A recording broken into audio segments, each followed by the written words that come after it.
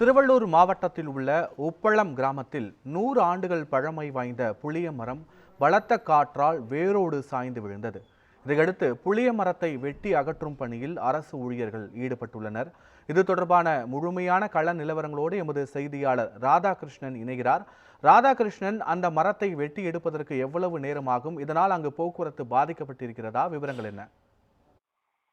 வணக்கம் பத்மநாபன். வங்கக்கடலில் மையம் கொண்டுள்ள பெஞ்சல் புயல் சின்னம் காரணமாக தொடர்ந்து மாவட்டத்தின் பல்வேறு பகுதிகளில் பலத்த காற்றுடன் கனமழை ஆங்காங்கே பெய்து வருகிறது. இந்த நிலையில் பொன்னேரி அருகே உள்ள உப்பளம் கிராமத்தில் பொன்னேரி பழவேற்காடு செல்லும் நெடுஞ்சாலையில் சுமார் 100 ஆண்டுகள் பழமை வாய்ந்த புளிய மரம் ஒன்று வேரோடு காற்றின் வேகத்தில் சாய்ந்து சரிந்ததில் அவ்வழியாக வாகனங்கள் ஏதும் செல்லாததால் உயிர் விபத்து ஏதும் ஏற்படவில்லை. இந்த நிலையில் தொடர்ந்து அப்பகுதியில் போக்குவரத்தை சரி செய்யும் வகையில் ஊராட்சி நிர்வாகிகள் ஊழியர்கள் தொடர்ந்து அந்த புளிய மரத்தை ஜேசிபி இயந்திரம் கொண்டு தொடர்ந்து வெட்டி அகற்றும் பணியில் ஈடுபட்டு வருகின்றனர்.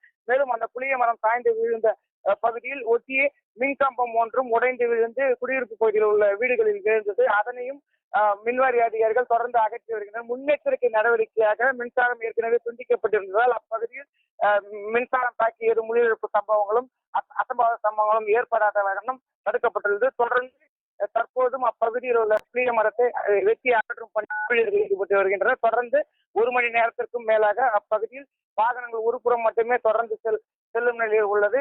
தொடர்ந்து அதனை அகற்றும் பணியில் ஈடுபட்டு வருகின்றனர். காட்சிகளோடு கள நிலவரங்களையும் வழங்கியமைக்கு நன்றி ராதாகிருஷ்ணன்.